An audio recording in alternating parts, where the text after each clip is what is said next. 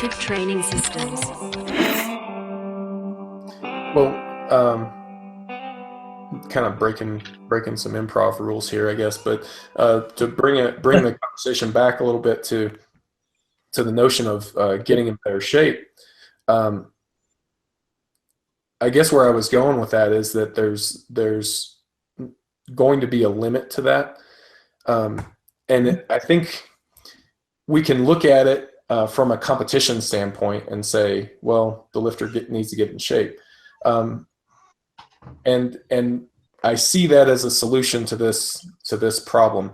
But if the bigger issue is building a bigger total, especially on the far right end of our bell curve where we're dealing with more elite athletes, the things that they need to do, if the biggest factor in your results in powerlifting is strength, somebody who's just massively strong that's basically what the sport is about. There are other things that come into play into being a good power lifter, but being strong is the main one.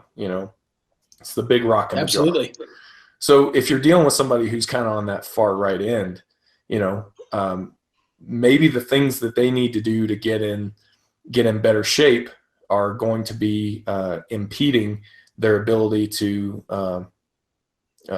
get stronger, basically, because there's just a finite amount of resources, and just like, it's maybe more visible for that mid-tier lifter to say, well, get in better shape, and that way your third squat miss doesn't affect your deadlift. Well, yeah, you could do that, but maybe his results will be better still if he just focuses on getting stronger overall and changes his attempt selection strategy a little bit, Yep. But even that's lifter dependent, because if you've got a lifter who's like a really big squatter and maybe their hands are small and they're not that great of a deadlifter, then you've got to be a little bit more aggressive in the squat. Yes. So I don't know. It's kind of fun to me anyway. It's kind of fun to peel back some of these scenarios and look at them and see how all these different contexts come into play. For sure. Yeah. So yeah, I think that a lot of people that don't do this often, or they might kind of like armchair coach a little bit, they don't understand all the different levels and layers that are involved in prepping for game day. They don't involve, and I think maybe it can be part of our duty to make that clear to people. It's not just plug a couple numbers into a spreadsheet and then off you go.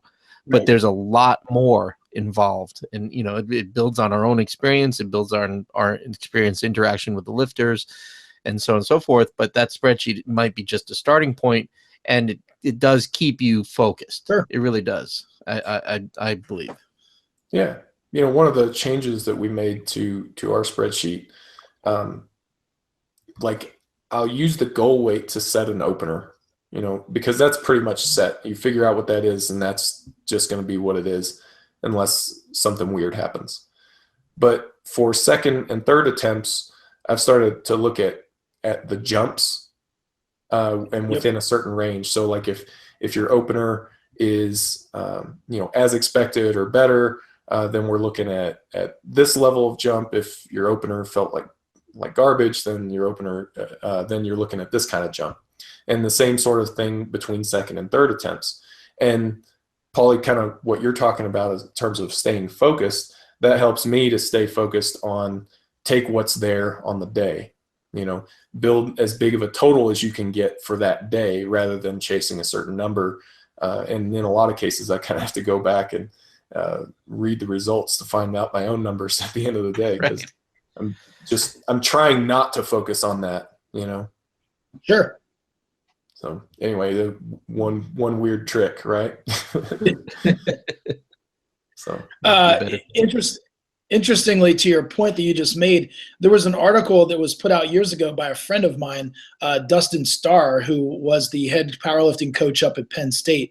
And he basically took my approach using the percentages, and he created a spreadsheet that showed the characteristic jumps, if you will, based on your strength range. So for instance, when Ray Williams opens at 410 kilos in the squat, he's not jumping 5 kilos. because his strength is so much greater than the rest of us. So naturally, his progressions and his jumps are going to be higher. So basically, you could look at what your PR is or your max is in any one discipline, and Dustin divided it into 3 columns. And I believe the first column was called conservative, and the second was called traditional, and then the third column, which I thought was pretty funny, was called exploratory.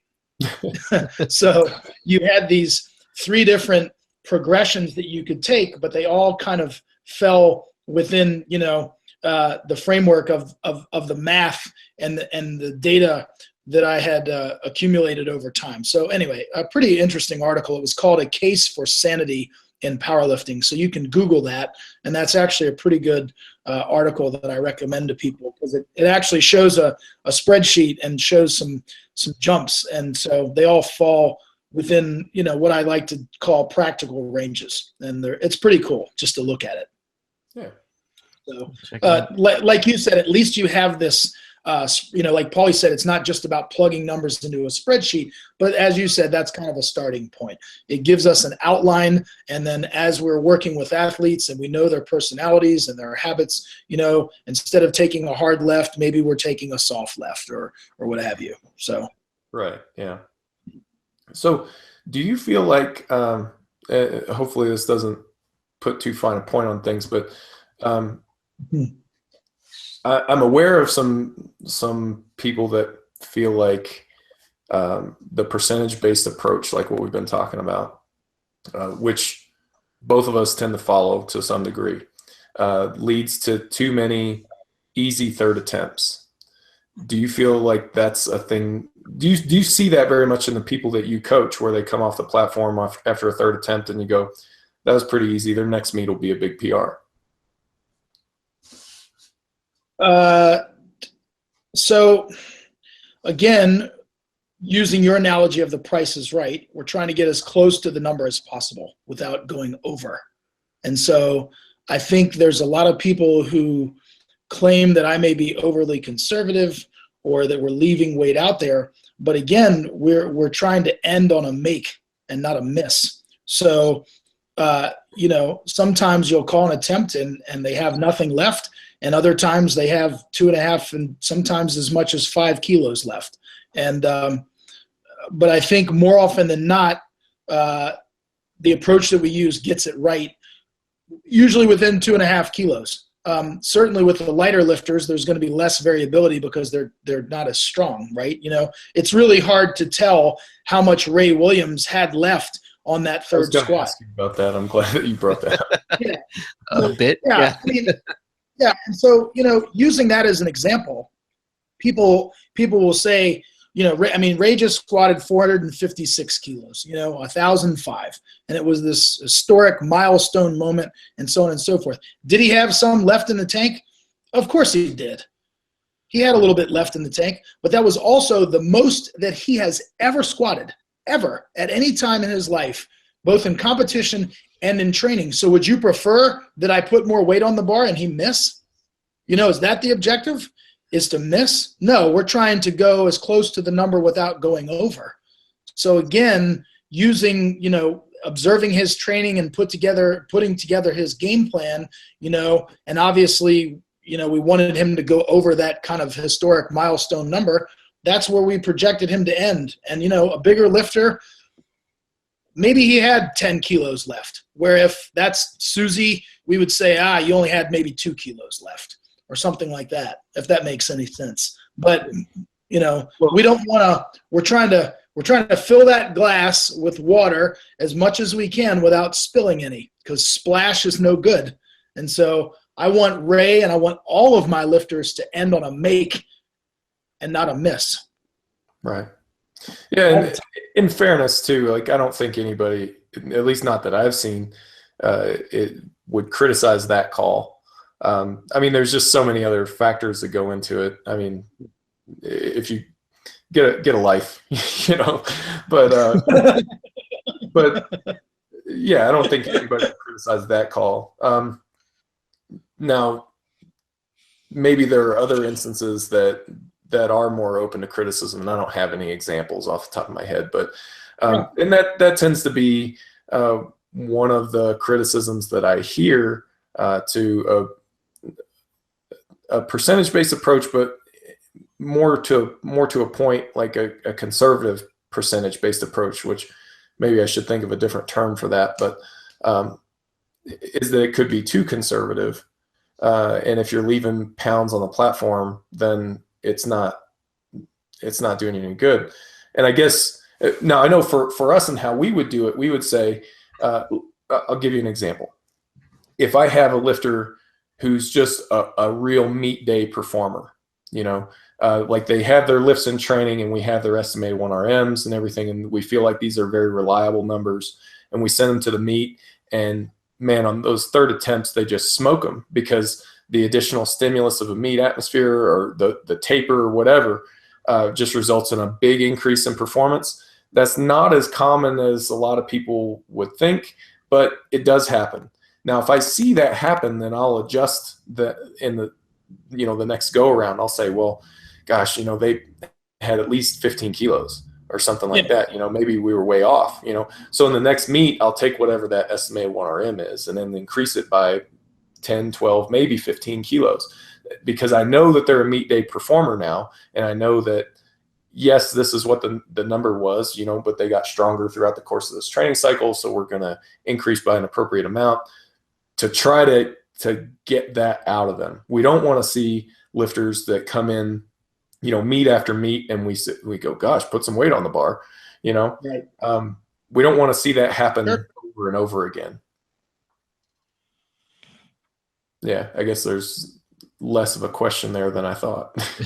No, I think that comes with experience with the lifter and refinement. I mean, I can use as a personal example. I'm looking forward, not like I wasn't looking forward to it last year, but I'm looking forward to getting back with a lot of the team at Worlds because I've had a year with them. I've seen them lift, and I feel like I can do better service for them this year because I have a sense of how they operate on the platform. And for whatever reason, I guess probably because this is what I do, I don't forget that stuff. And maybe as soon as they come up to the platform and in the warm-up area, we start to communicate. I say, okay, I remember exactly how this person operates. And then it helps me get more precise with putting their attempts to go along with what everybody's saying as far as getting as close to the number without going over it, hit all the lifts. So, and I think that comes just from what everybody's saying. That comes from experience. That comes from seeing them lift at multiple meets. Yeah, and I think also just to piggyback a little bit on what Mike said, just to clarify, I have never once said that of course you want to make all of your lifts, right? I mean, who walks out on the platform and says, gee, I hope I missed this one, or I hope we've put enough weight on the bar so that I strain hard enough so that I might miss. I mean, look, you don't want to strike out when you go up to bat in a baseball game. You want to hit, you want to make contact. So it's the same thing in powerlifting. You do want to make all of your lifts, but the objective, there's nothing so sacred or sacrosanct about going 9 for 9 other than the fact that it increases your probability of building a bigger total. So if you make 9 lifts, there's a higher probability of you building a bigger total than if you only make 8 or 7 or 6. So I would say to people who are winning with, 5, 6 attempts, first of all, you're an anomaly, you're in the minority, and just because you can doesn't mean that you should. So, because I've looked at these results, right? And so I looked at the results from Raw Worlds, and there were 2 people in the entire, and I'm just examining the open classes. And anybody can go back this and look at the results and use a calculator and figure this out. I'm not going to name names, but there's 2 people that could have won with their opening attempts. So for everybody else, you've got to build a total. And so the objective is you're stacking successful attempts one on top of the other. And at the end of the day, I'd rather have 9 than 8 or 8 more than 7, so on and so forth. So again, I get labeled for being conservative at times, but I want my lifters to, I'm not trying to hold them back. I'm trying to give them all they can. And that's where a trained and a keen eye comes into play, like Mike said, about me being able to discern how much they have left in the tank. So, you know, I understand maybe where some criticism comes from, but would you rather have a lifter end on a miss? I've never understood that rationale where someone says, so if I have a lifter that goes out and hits a personal best, a weight that they've never done before, even if it looks easy, we're sandbagging? I don't understand that. If it's a personal best, how are we sandbagging? I mean, obviously if we've left 15 kilos on the bar, but I don't think we're ever doing that. You know, we might be leaving 2.5, maybe 5 kilos sometimes, but more often than not, we're really close to their limit. Yeah. So, but I just don't understand how people can claim we're sandbagging or we're being overly conservative, especially when the lifters are hitting PRs. Well, to me, that's not. Another question for you then, with regard to, an emphasis on 9-for-9 performances and things like that. Do you feel like attempts made is a good metric to show a lifter's skill in competition? I do. So I do. So, I mean, at the end of the day, like you said, it's ultimately about strength. That's the biggest rock in the jar, so to speak. So if you're not strong enough, look, I could have 25 attempts and I'm not out totaling Ray Williams. Okay, it's not going to happen. It doesn't matter how many attempts I have. But in competitions where where it's tight, more attempts are better than fewer. And I think that making more, again, that's just my opinion, and maybe I'm alone in that assessment. But I think when you go out, I think it's poor form if you go out and you only make fewer than 6 lifts. And look, that's happened to me. I'll be the first person to raise my hand. It hasn't happened in an awful long time, but I used to do that. And I don't think that's good form, is going out and missing. You should, like we said, we talk about upholding the standard. In my opinion, you should be making at least 2 out of 3 in every discipline. For me, I guess I wouldn't go quite as far in that direction. I think that attempts made does indicate something about a lifter's skill in competition, but I don't know that tells very much of the story. I don't know. Like, yeah. I kind of think of it like looking at a team's. Paulie, we were kind of talking about this before. Like looking at a team's passing offense and trying to correlate that with a win-loss record. Of course, more passing offense is generally better than less, all things being equal. But there's other things that are going on that's determining a lifter's competitive skill. I mean that's my stance, and I don't mean that to yeah. we're all friends. Of course we are, and I don't think we're disagreeing as sharply as you think. I just think that it's one metric, and I do think that it's one variable in the equation. That's all. I don't think it's the only one. It's clearly, just because you go 9-for-9 or 8-for-9 all the time doesn't mean that you're more skilled. There's a lot of data points and metrics that we can measure in order to ascertain if somebody is successful, if somebody's skilled, et cetera, et cetera. It's just, if someone goes out, and has a high frequency miss rate, then I just think they need to reassess some things in their plan. So okay. Let's just leave it at that. Well, I mean, in that case, we probably are closer to agreement than I thought. So. Yeah, I have something that I'm sure that we can all agree on. That we know how much I love to agree. Yeah, exactly. Well, I mean, here's the thing: it's that coaching at any kind of, like, at a high level, like beyond just kind of showing up for the day, is complicated, and it's hard, and it takes a lot of work, and it takes a lot more. And I think so. One thing that I see, for instance, is that if Matt, if you're putting kind of the 9-for-9 out there, people misinterpret that. And this is just my observation. And they that's all they see. And they don't see everything else that goes on before, during, and after a meet. And it's amazing to me that people kind of jump all over that. It's it just shows that all of the different tangents, and I bet we could probably do a whole series on this if we wanted to, of all the different things that go into coaching. And as we get deeper into it, I'm sure that there'll be, more kind of deviations from standard, and there's things that we do, but at the end of the day, it's hard. So yeah. Do we all agree? It's hard. Mike, you're like, I'm not. It's easy. Yeah, I'm gonna disagree just based on principle for that. And I'm not trying to bring everybody together and be all peaceful. That's not me. I'm not. No, and I don't think we're adversaries here either. I mean, no. Sure. Susie's a perfect example.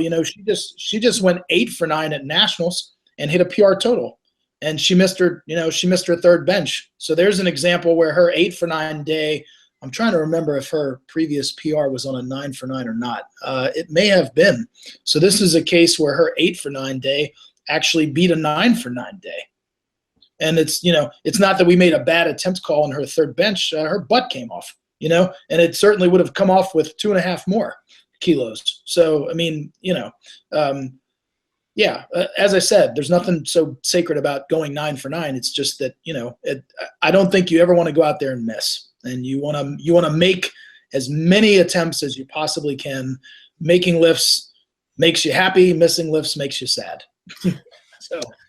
Well, I mean, that's fair, and I think that's a much more nuanced discussion than you're often afforded in terms of exploring the idea of 9 for 9 and what is its role, in building a total. How important is it? Like, yeah, I mean that it's a nice thing to have. And like you said, everybody wants to make attempts.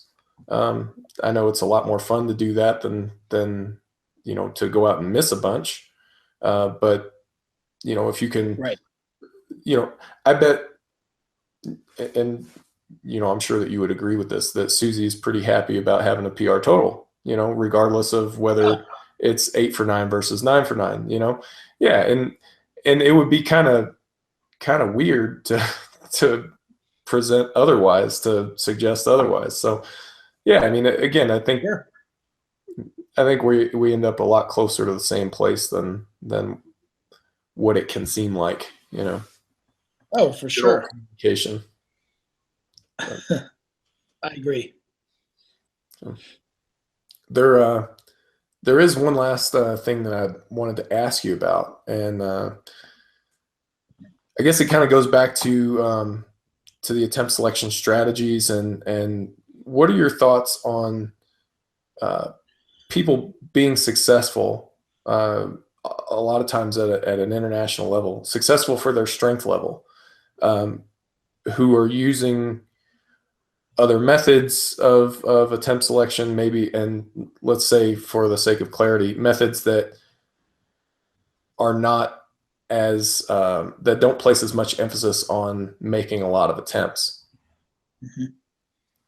So maybe be a little more clear. So you have a lifter who is competing at whatever their strength level allows, let's say an international level.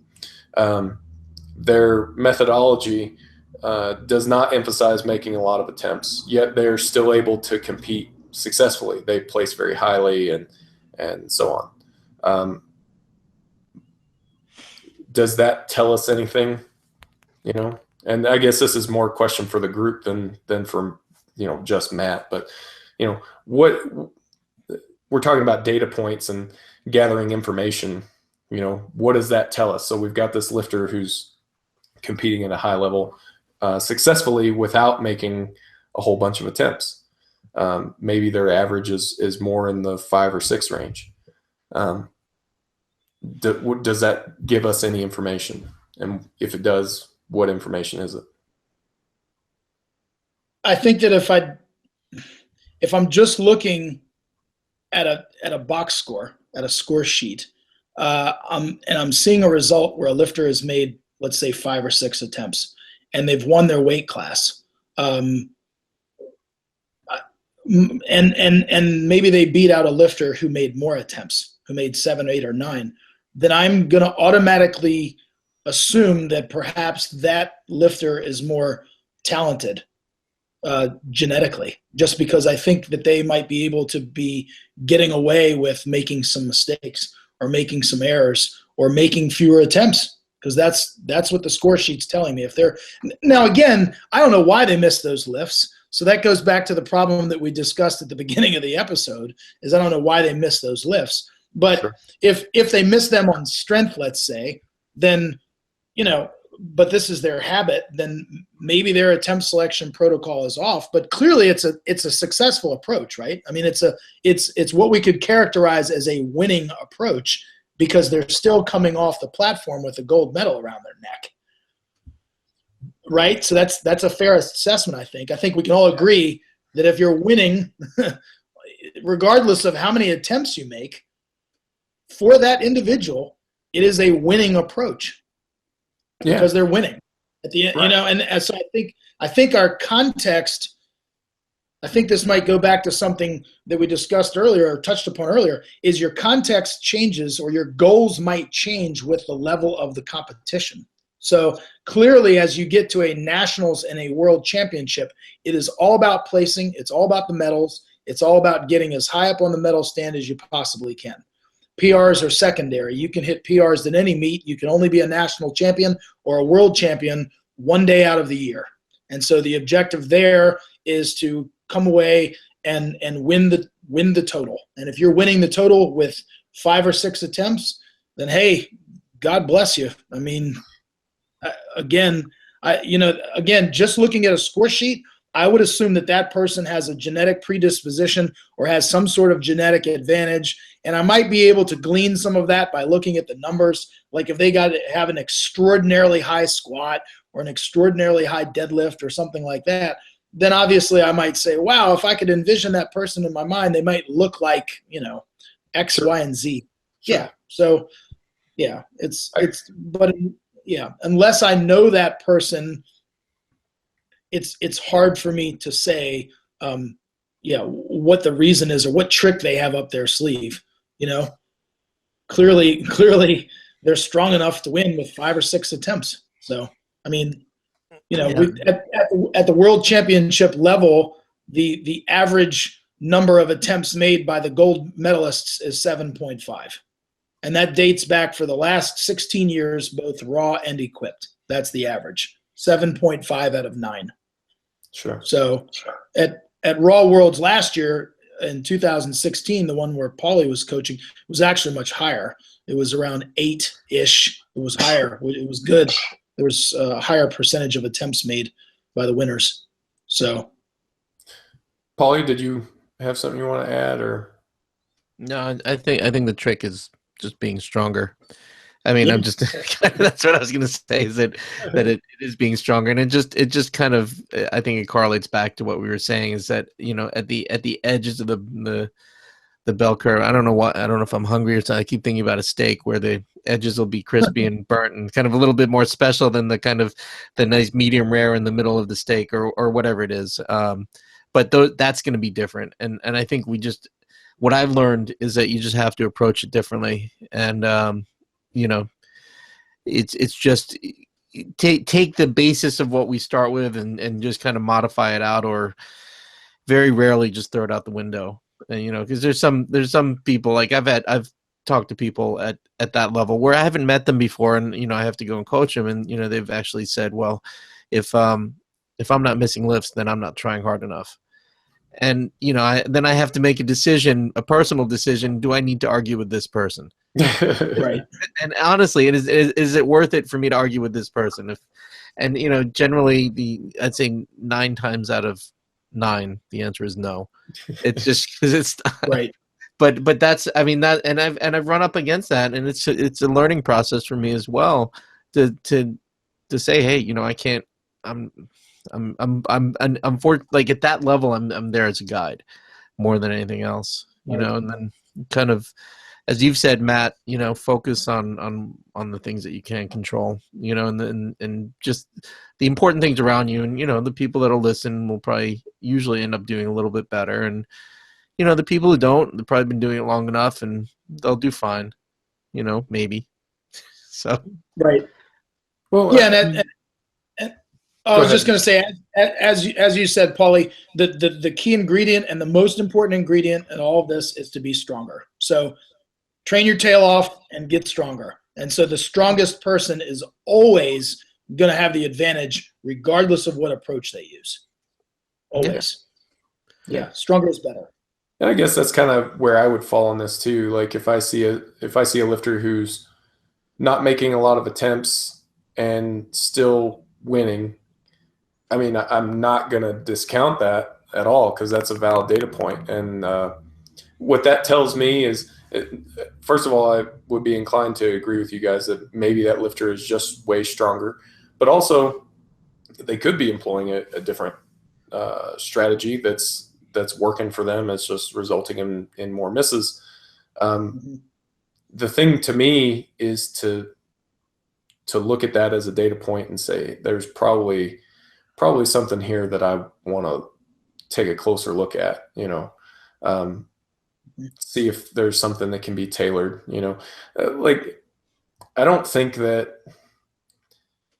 I don't know, we talk about people succeeding in spite of themselves and stuff like that. And I don't know. I don't think that happens much, I mean, certainly it happens sometimes, but I never want to be too quick to pull that card, Right.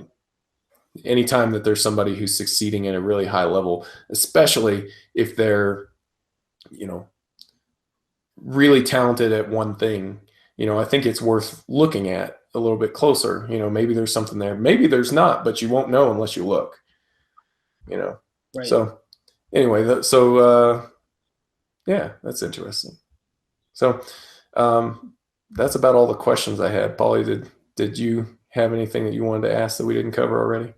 No, not really. I mean, to me, this is kind of the beginning of a discussion. It's like it's almost good to get this part out of the way. Definitely a two-parter.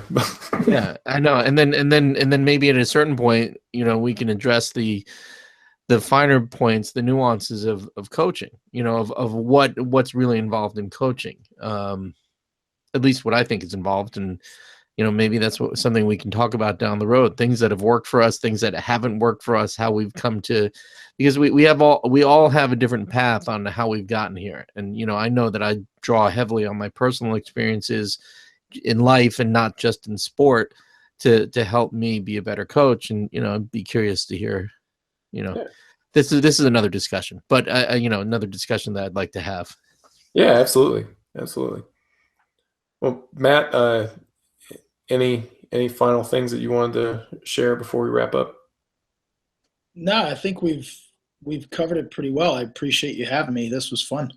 I Yeah. need to hopefully get back on. I was going to say to get back on here more often. It's been a while. Yeah, it has been a while. I missed.